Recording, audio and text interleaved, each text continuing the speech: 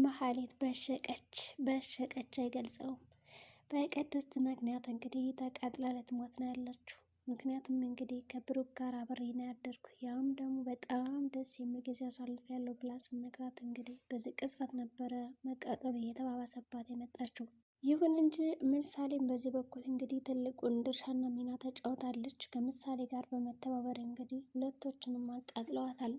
በመጀመሪያ ደረጃ እንግዲህ ብሩክ ያደረገው ነገር ምንድን ነው? ተነሽ እኛ ከዚህ ክፍል ማደር አለብን። ስለዚህ አንቺ ደግሞ እዚህ ጋር መኖር የለብሽም ሂጂና ከቅድስት ክላስ እንግዲህ ተኝ ይላታል ማለት ነው። ከዛ እሷ ደግሞ ለምን በማለት ነበር እንግዲህ በጣም የተገረመችው። እንግዲህ ሁለቶችም በጣም ሲፎካከሩባት ነበረ። እንደምንም ብለው እንግዲህ ወዲያውኑ ያው ሄደው ማለት ይቻላል አስነስተዋታል። መድብል ራሱ ሳይቀር እንግዲህ መጥተው ነይ ልቀቂላቸው፣ የመኝታ ክፍል ያንቺ አይደለም ከዚህ በኋላ የነሱ ነው በማለት እንግዲህ እንድትወጣ አድርጓታል። ከወጣች በኋላ ምንድን ነው ያደረጉባት? በእርግጠኝነት ተመልሳ እንደምትመጣ እርግጠኛ ስለነበሩ በሩን የቆለፉባት። ምክንያቱም እነዚህ ሰዎች የእውነት ተኝተዋል ወይስ ደግሞ አልተኙም በማለት እንግዲህ በጣም እንትን ይሉ ነበር ማለት ይቻላል፣ ጠነቀቁ ነበረ። ስለዚህ መጨረሻ ላይ ጠዋት ምንድን ያደረጉት? በሩን ከፈቱላት ማለት ነው። ከዛ በኋላ ብቻ እንግዲህ እንደምንም አድርጋ አብገናታለች። ይሁን እንጂ አጅሪትም አልተቻለችም። እኔና አንቺ ከዚች ቤት የማይጠና ድመት ሆነንም አንቀጥላትም በማለት አሁንም ቢሆን ሁለት ሴቶች እንግዲህ በጣም እንትን እያሉ ነው ያሉት፣ እየተከራከሩ ነው ያሉት እንግዲህ በአንድ ወንድ የተነሳ። በሌላ በኩል እንግዲህ ዝና ሉላ ያለችበትን አውቋል። ሉላ ከአዲስ አበባ ውጭ ነበር የምትመስለው፣ ነገር ግን ባልታሰበ ሁኔታ አሁን ሀገር ውስጥ እንዳለች አውቋል ማለት ነው። ይሁን እንጂ አሁን ላይ ሀገር ውስጥ እንዳለች ቢያቅም ከዛው ከተጠቆመበት አካባቢ እንዲሁም ደግሞ ሆቴል ሄዶ ነበረ፣ ነገር ግን ሊያገኛት አልቻለም። በዚህም የተነሳ ያደረገው ነገር ምንድን ነው? ወዲያውኑ ያንን ጠበቃ ይደውልና ጠበቃው በፍጥነት እንዲፈታ ፈልጋለሁ፣ ምክንያቱም ሉላ ያለችበትን እሱ ነው የሚያውቀው። ስለዚህ ያለኝ አንድ አማራጭ ሉላን ለማግኘት የሚረዳኝ የሚያግዘኝ እሱ ነው ብሎ ነው የሚያስበው። ስለዚህ ለማስፈታት ደፋ ቀና እያለ ነው። በእርግጠኝነት ያስፈታዋል ብዬ አስባለሁ። ዝና እንግዲህ ምንም የሚያቅተው ነገር የለም። ያው ገንዘብ ካለ በሰማይ መንገድ አለ እንደሚባለው ሰው ማስፈታት አያቅተውም ብዬ አስባለሁ። እንግዲህ ይሁን እንጂ ጠበቃውን ለማስፈታት እየሞከረ ነው። በዚህ ጋር ደግሞ በጣም ትልቅ ተስፋ ተሰጥቷቸዋል። እነ መድብል እነ ብቻ አጠቃላይ ከፖሊሱ ጋር የተባበሩት ሰዎች ትልቅ ተስፋ ተሰጥቷቸዋል። እናንተ በአሁኑ አሸናፊ ናቸው ይህንን ክስ የሚል እንግዲህ ከፖሊሱ መልእክት መጥቶላቸዋል ማለት ነው። ነገር ግን ፖሊሱን እነ መድብል አምነውታል። ሲጀመር ፖሊሱን በጣም ጥሩ ስራ ነው የሚሰራ። ግን በሉላ በኩልስ ተብሎ ሲጠየቅ በእነሱ በኩል እንኳን ምንም አይነት ቃል መግባት አልፈልግም፣ የእነሱ ኬዝ በጣም ከባድ ነው፣ ከምንም ጋር አይገናኝም እና ምንም አይነት ቃል ልገባላችሁ አልችልም።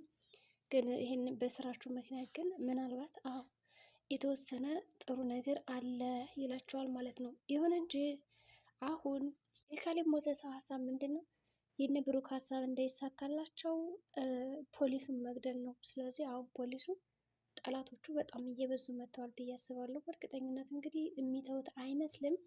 ያው ፖሊሱ መንቃት አለበት፣ እንደሚያጠቁት ነበረበት፣ ግን ደግሞ የነቃ አይደለም። ብቻ ግን እንግዲህ እሱ የሚያስበው ነገር አለ እና በቃ ይዟችሁ በማለት እንግዲህ ፖሊሱም ተሰናብቷቸው ሄዷል። ከተሰናበተም በኋላ እንግዲህ ምንድን ነው ያደረገው? በቃ ዝና ወይም ደግሞ ካሌብ ሞሲሳ የተባለው ግለሰብ ተከታትለው እንዲያጠፉት ነው እየተደረገ ማለት ነው። ስለዚህ ፖሊሱ ከምድረ ገጽ ከጠፋ እነ መድብል አሸናፊ ነን ብለው ያሰቡት ነገር እንትን ላይ ይችላል ማለት ነው። ይሁን እንጂ እንግዲህ ፖሊሱ በጣም አሳሳቢ ነው። የሆነ ሰው ሊደርስለት እና ሊያግዘው የሚገባ ነው። ሆኖም ብቻውን ነው እንግዲህ የሚጋፈጣቸው። አጠቃላይ እንግዲህ ፖሊሶቹም ሆነ የህግ ሰው የተባሉት እንግዲህ ለነ ካሌብ ሞሲሳ ተገዥና ሰሪ ሆነው ነው ያሉት። ከዛ ውስጥ እንግዲህ ብቻውን ተፋላሚ ያለው አንድ ፖሊስ ነው።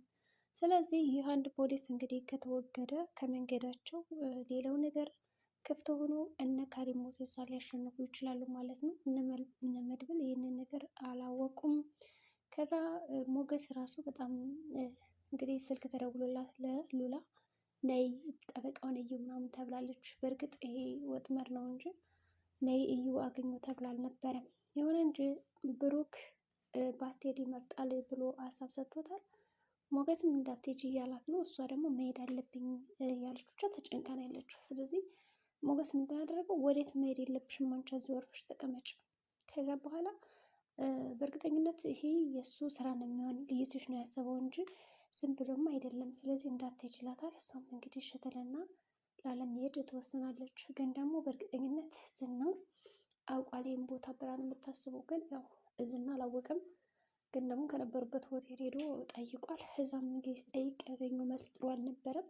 ትምህርት ነው ወዲያው ነው የመጣው ማለት ነው። እንግዲህ ትተናም እንደታሰረች ነው እንደታገተች ነው ያለችው። አሁንም ቢሆን ምንም ርህራሄ የለም።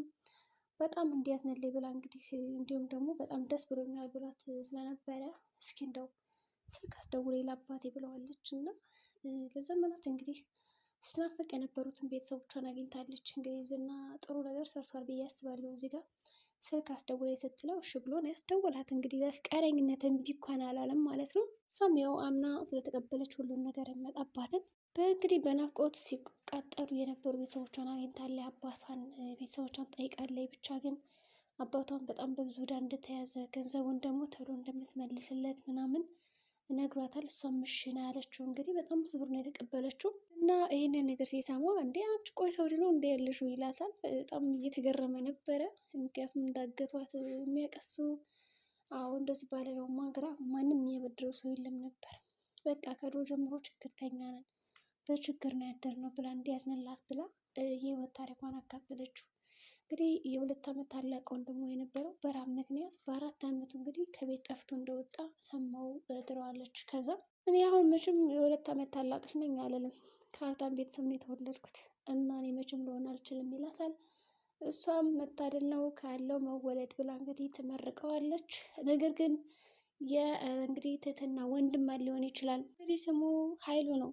ምናልባት ዝና ይሆን እንደ ወንድሟ ዝና ሳያውቀው እንግዲህ እህቱን እንዳይሆን ብቻ አግቶ ሲያሰቃያት የነበረው አይታወቅም እኮ አሁን ዝና ራሱን ከሀብታም ቤተሰብ ነው የተወለድኩት ብሎ ከድሃ ተወልዶ የሆነ ሰው አሳድጎት ምናምን ለዚህ ስራ አብቅቶት ሊሆን ይችላል። ብቻ እንግዲህ የወንድሟን ስም ከሰማ በኋላ አሁንም ቢሆን አሹፎባት ነው ሄደው። ምንም አይነት ርህራሄ አላሳያትም። ያው ሉላን ላገኛት ነው ብሎ ተስፋ አድርጎ ነበር። ብቻ እንትን የወለደች ተረገመች በቃ ማህፀናት ምናምን ብለዋል። ብዙ ነገር ነው ያለችው። እንደው ተኩሳ ራሱ ብገለው ደስታዋ ነው። እና እንግዲህ የትህትና ወንድም ሊሆን ይችላል ብላችሁ ታስባላችሁ?